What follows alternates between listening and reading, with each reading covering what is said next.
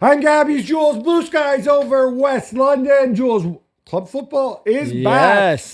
Everywhere except for in the Premier League, where they have this strange thing called the FA Cup, which we will talk about as well. Of course. The magic of the cup. But it was a big weekend because we had Bayern winning, just maintaining their lead. We had Barcelona and Real Madrid. A bit rocky for Real Madrid.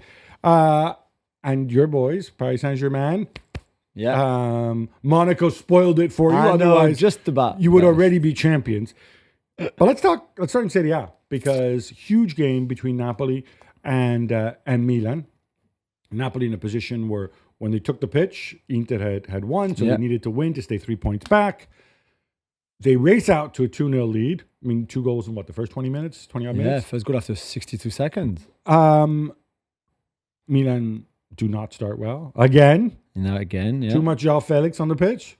Yeah. And then the second half turns into this thing where with Napoli defending and Milan attacking, taking 1 billion shots. I think the XG at the end was about 2.5, missing a penalty. I want to start on the Napoli end because we have so much praise for Antonio Conte. I think rightly so, whatever it is. He's got all these advantages, but equally, he's there. Yeah, he's doing what it says on the tin. Yeah, exactly. He had no Scott McTominay. That was his reason for changing the system up, going to 4-3-3, playing David Neres and Politano instead of Raspadori, that Neres hadn't played in months. Yeah. But still, you're 2-0 up at home.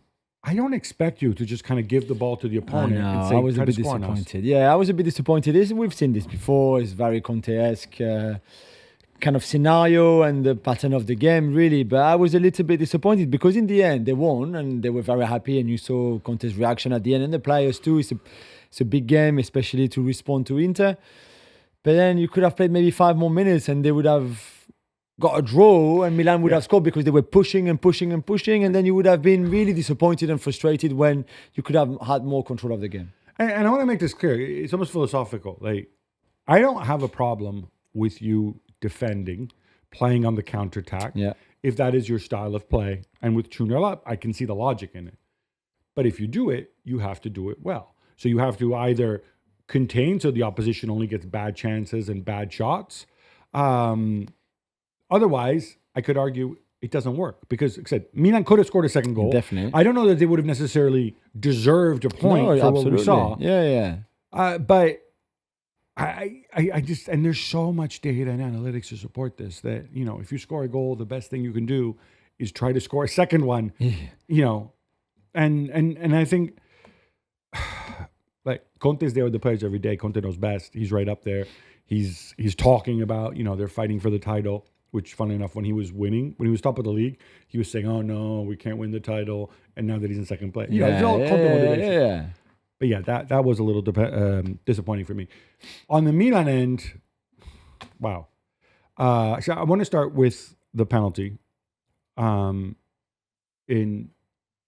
Lucas Hernandez, Philip Billing and Lucas Hernandez. I know it's late in the game. Theo Hernandez. Philip Billing is obviously a very large man with long legs. Yeah. It looked to me like 1,000%. Theo Hernandez is running with the ball. Philip Billing is alongside him. Theo Hernandez sticks his little leg in between Billing's 2 big legs and goes down. Yeah. He slows down as well. He basically makes the kind of some sort of collision happens. I think he was smart. I don't know if smart is the right word. He tricked him. I think Billing should have known better. Everybody watching, we knew exactly what Theo Hernandez was going to do. He was always going to do that, and maybe Billing could have avoided him a little bit more. But yeah, he tricked him and tricked the referee in a way because... Would you have given that penalty if you were a referee? So I think live he has to give it because I think from where he is... the angle is... The angle, you could see that, you know, Theo is in front of Billing and then Billing goes and clutches him. But he clatters him because he sticks his leg out. Yeah, but I was surprised there was no call from VAR to go and say, come and have a look and see if really it's more Theo who kind of... start the collision really than anything else. And Billings quite nice. He's like, no, I promise you, I didn't do anything. Like, I'm not even sure how we happened to be here, but yeah. It didn't matter in the end because Santi Jimenez takes one of the worst penalties I've seen in a long, long time.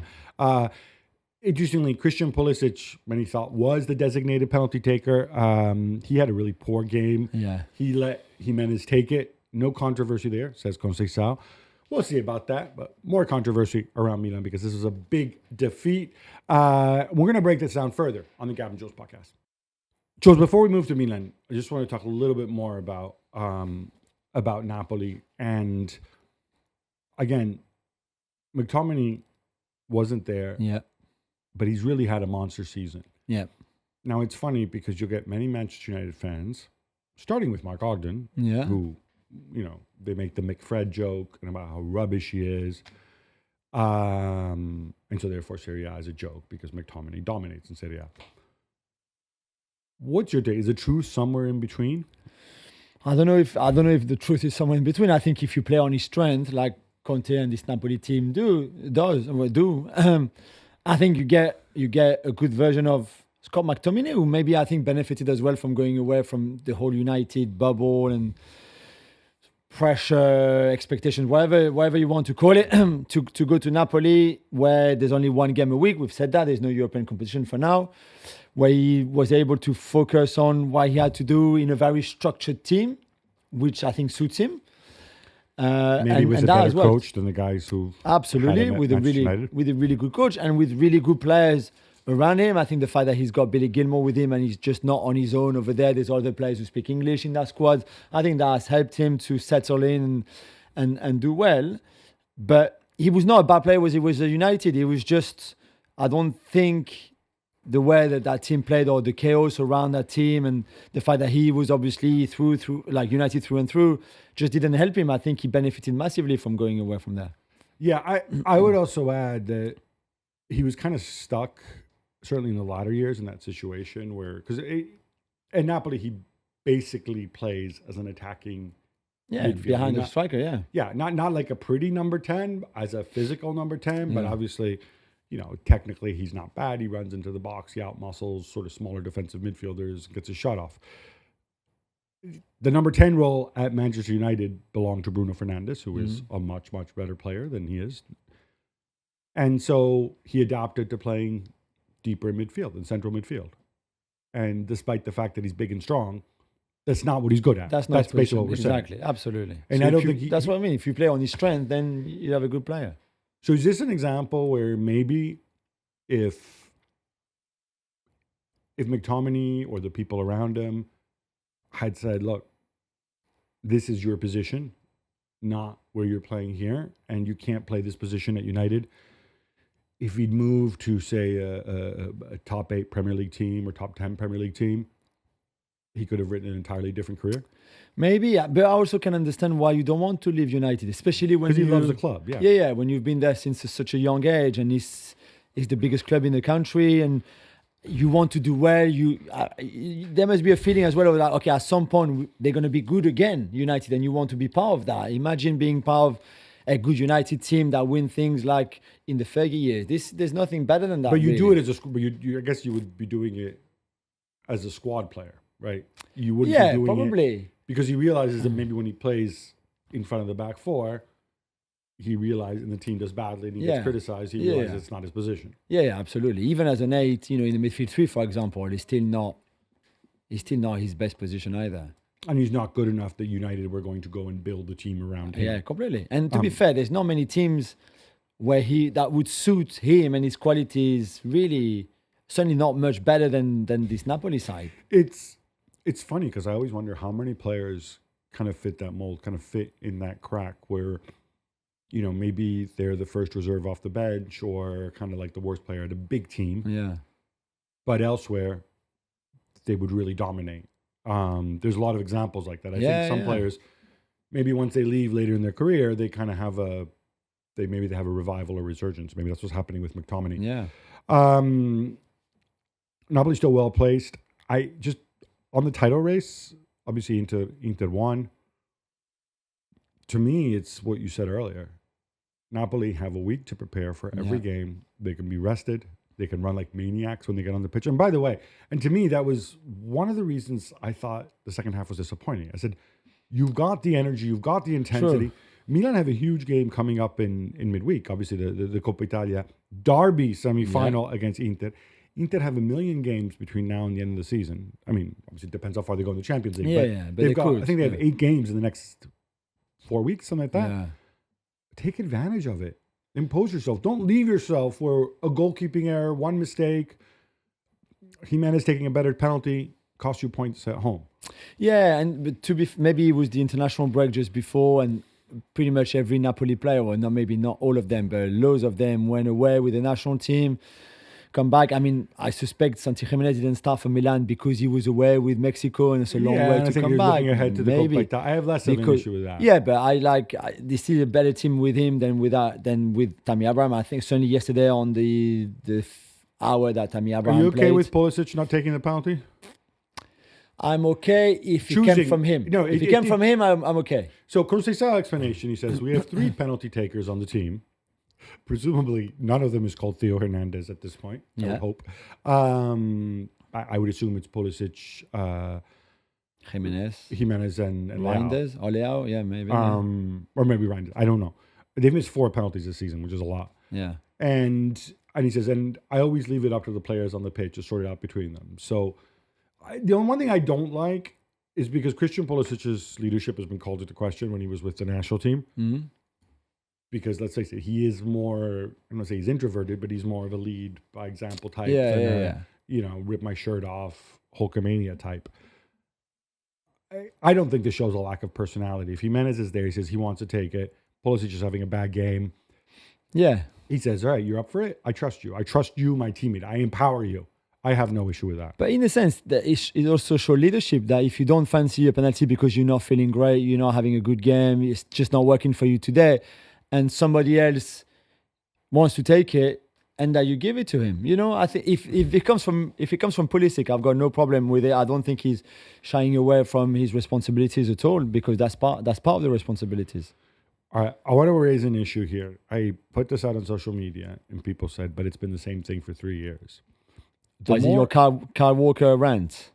Yeah, the more I watch that second goal, okay, Milan's defenders, Pavlovic and Gabbia, not good for the first goal. Yeah. Not good in general, and we can debate that. Yeah, first goal too easy for sure. Second goal, and honestly, if you get a chance to see the video of this, please watch it, because what happens is Lukaku's running at the 2 center backs. The 2 center backs are close to each other, exactly where they need to be. Yeah, that's true. I guess because once Lukaku gets up ahead of steam, it's hard for him to stop. He runs past them into an offside position. Yeah. Like really on his own by then. He's literally on his own. Yeah, completely. Right? Because he should be offside. And then, I think it was David Neres. Walker is chasing David Neres down the wing. But Walker's even though Walker's supposedly the fastest thing on 2 legs, he gives David Neres he's 2 meters away from him, backing off him. So Walker backtracks and doesn't realize that in so doing, he's playing Lukaku onside. Yeah. And he's also looking straight across the pitch. So he's looking at Lukaku. Yeah. I cannot conceive of a mental error like this when you are a veteran player who's brought in to do this. And you're going to say, yeah, but people on social media said, oh, that's what he did the last 3 years at City. I mean, I think for me, that's what he's done a lot in his whole career, not just the last 2 or 3 years. Even when he was a bit better before, he never had, for me, certainly the tactical intelligence. But I mean, this is not even intelligence. This is just basic of your line of 4 and you having to be at the same level as the other 3 defenders in your back 4, basically. I guess maybe, I don't know. I'm not surprised. I was not surprised watching the game. I don't think he should have been at Milan. He should have been signed at Milan. I don't think he's done great since he moved over. And certainly that's a massive mistake. You're absolutely right, especially with this kind of experience. At this level, when you've just considered goal after 60 seconds, then you take this one, and then the game is not over, but it's a mountain to climb there, and it's not good enough. To be fair, when I saw it, and Gilmour does really well, I think. But it looks like even Gilmour is surprised that Lukaku is still onside when he gives him the ball, because he's so on his own. And Lukaku almost fluffs his shot because maybe even he's surprised that he's not offside. And that's all thanks to Kyle Walker. So obviously, best Napoli player in that first half was Kyle Walker. Yeah, and the thing that would drive me mad if I were a Milan employee is Kyle Walker isn't even in the top 50% of bad Milan signings this January, because Sotil definitely, who contributes nothing ever, and of course the ghost of Joao Felix, who started this game.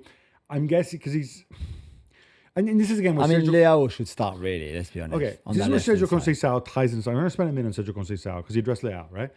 He said, like, it's obvious why Leao didn't start. You're keeping him for the game on Wednesday, right? Because I'm assuming you are not such a moron that, like, oh, look, let me play Joao Felix on the right wing, right? Yeah.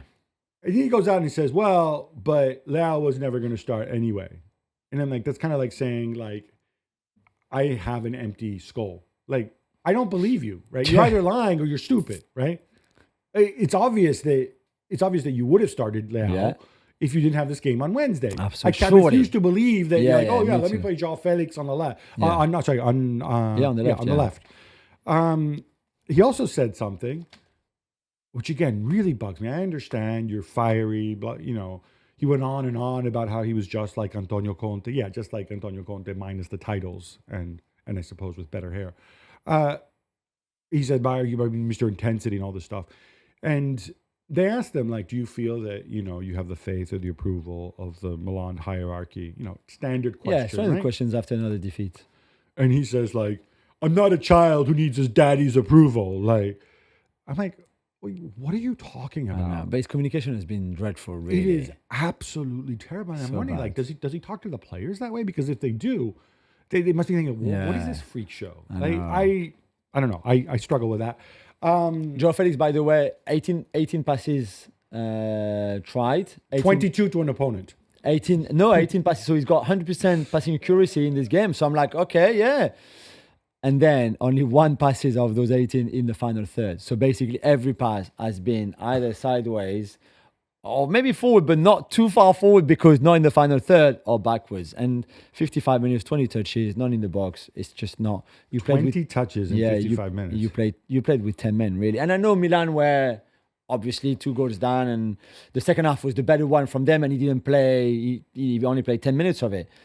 But clearly you could see the difference when Leao came on. And naturally, he's a better fit and player there. But so poor from Joao Felix again. Can I say it?